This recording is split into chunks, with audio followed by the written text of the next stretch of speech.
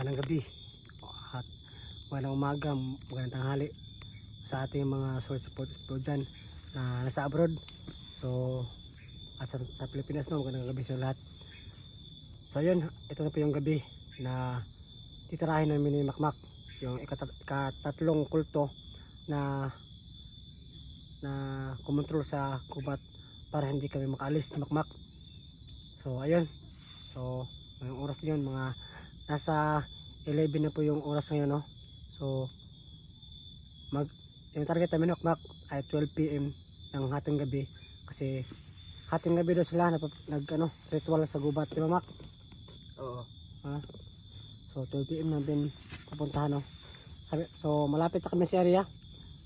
You know, yung nakita na bata andito pa rin. So ayan siya. So nirescue na lang namin, no? Kasi parang sobrang kawawa. So marami nagsasabi na mag-ingat daw, magpensa sa kanya, baka kalaban to, at nagkukunwari lang. Pero kanina pinainom namin ng black water at ginamit ako ng orasyon. So hindi tumalab, hindi gumana sa kanya, at parang hindi to masamang elemento o masamang tao. So sa katulad ko na tumutulong sa mga nangailangan ng tulong, no? So mga gaya nito, kasi parang bihag to ng mga kalaban. So wala na sigurong halaga, kaya o nakatakas ba, kaya nandito sa gubat palaboy-laboy. So sobrang kawawa, no? So i-rescue natin to at tayo subukan, no, na hanapin yung mga magulang nito kung sakaling makalabas tayo sa kubat, no. So ayun Mak, tara Mak, tara. Dong, dong. Siga mo kayo mataya. Ano? Kalaban yung pamina dyan ako ni bawal. Kalaban yun eh. Kauban ni sa Tara na siya. kulto. Kung kalaban eh, ako rin bahala ni.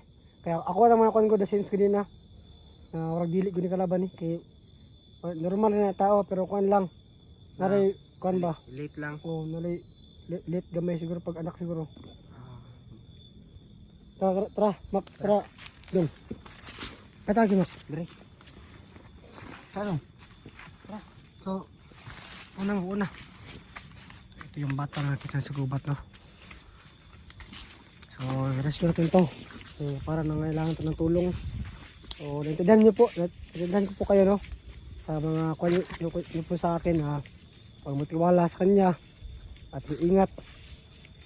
So hindi ko talaga maiwasan na tulungan tong mga tao na ganito, na bata na walang kamalay-malay, kasi yan po yung purpose ko, no, sa pagpasok sa Gusanting. Kasi gusto ko makatulong ng tao.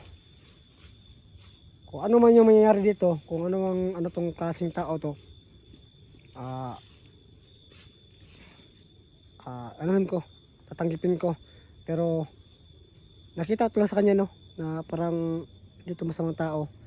So isang normal na bata lang, kaso para na-trauma siguro sa bawat nangyari sa kanya, kaya hindi namin makausap ng maayos.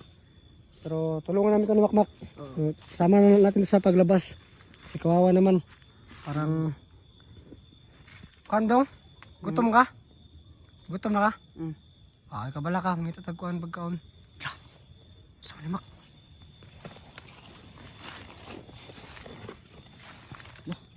Meron ko ay flashlight mo, Mak.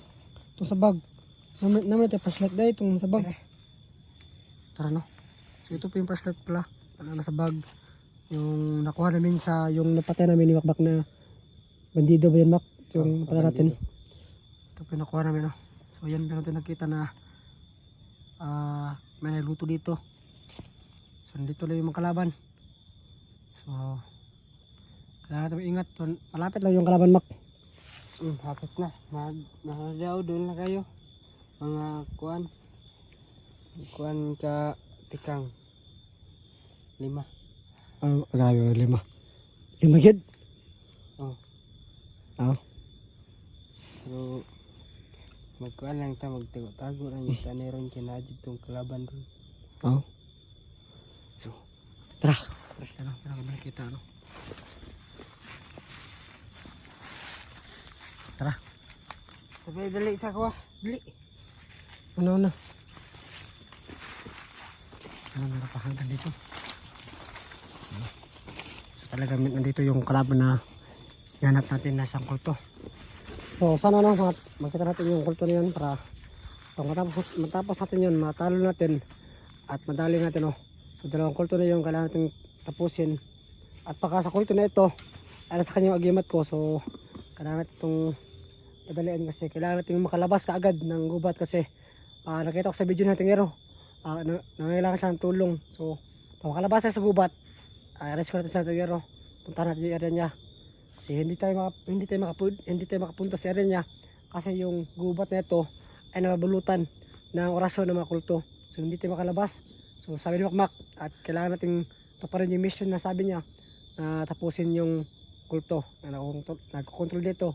Kasi kahit anong gawin namin ni Makmak, kahit biliktad namin yung damit namin at gumamit ako ng orasyon na nakuha ko kaya maskara, yung nasa papel, hindi pa rin gumagana no. So totoo lagi yung sinabi ni Makmak na kailangan natin tapusin yung 4 na kulto.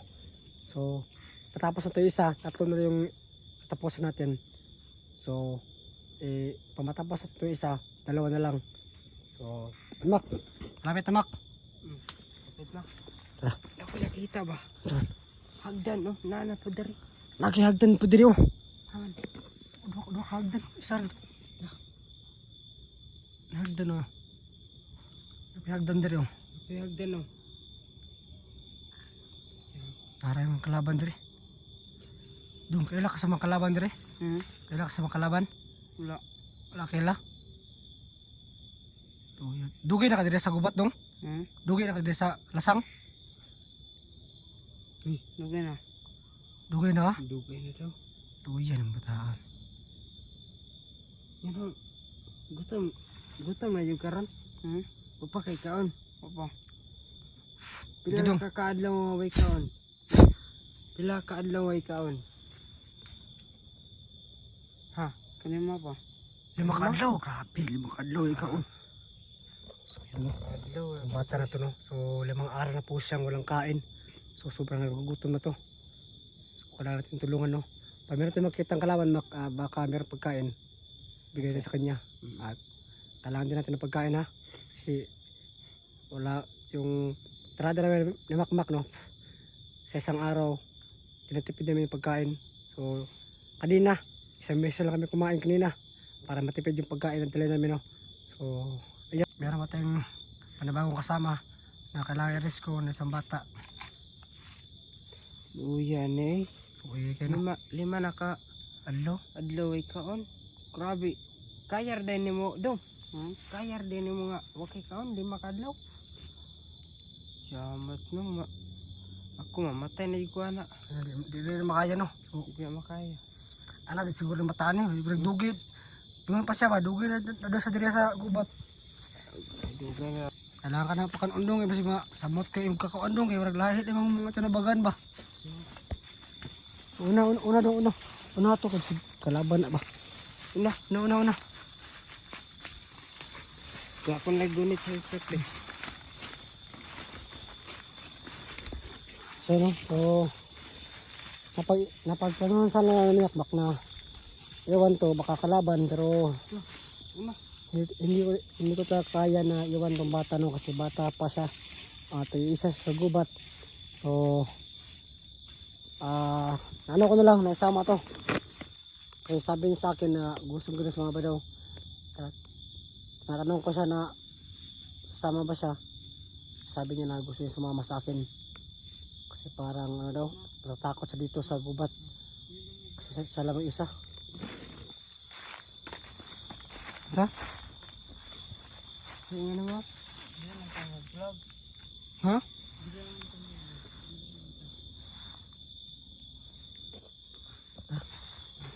Ako. Nakaputong ko no. Kakunin ako. Balik dito ba? Bata o sa bata eh. Pero ako juga ito na doon. Sige, ay, ara na ako. Sige, ara na mak. Ako'y bahal amak kung magkiroon sa. Ako'y sad ako kung sa kayo. Luwi kayo ng bata na. Ato nang pasagdan. Kini kahuyan niya, moro dyan ni perminti itong kit anak ba? Ang maura yun. No?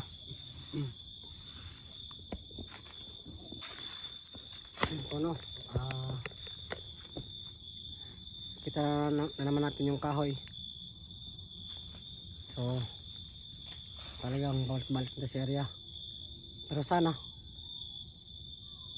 mapunta natin yung kulto. Mapunta natin yung kulto makatin nito. Karan? Oh. Oh.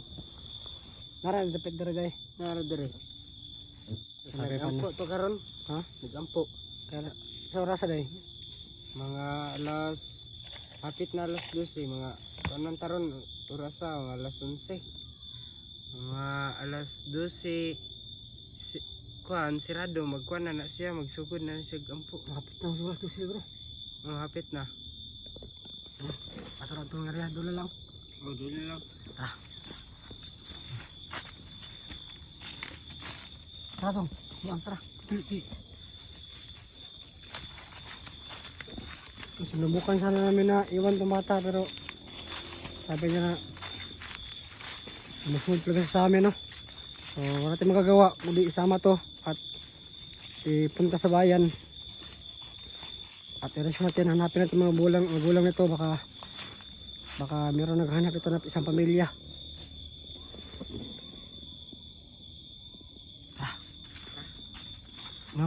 Kumawak sa pusyat na.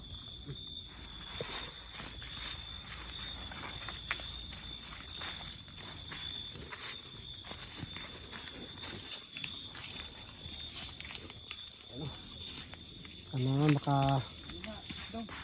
makalabas na tayo para matulungan natin mga ibang hunter na nangailangan ng tulong.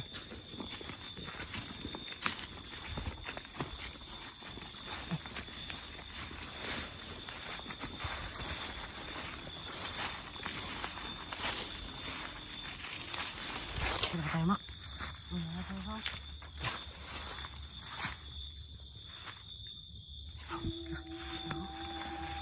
Muna, Mak. Muna na. Muna maggampo.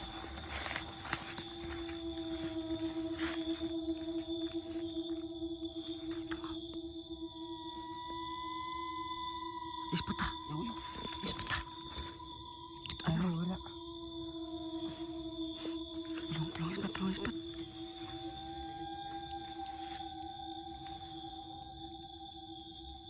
Lihat, sama namin.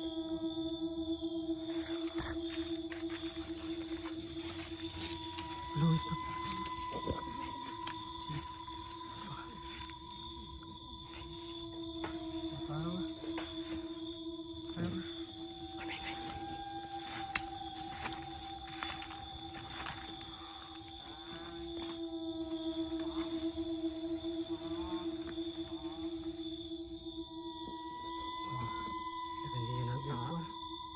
Hindi na napapansin ako kasi nagretor yan. Kaya pa sa isa pa.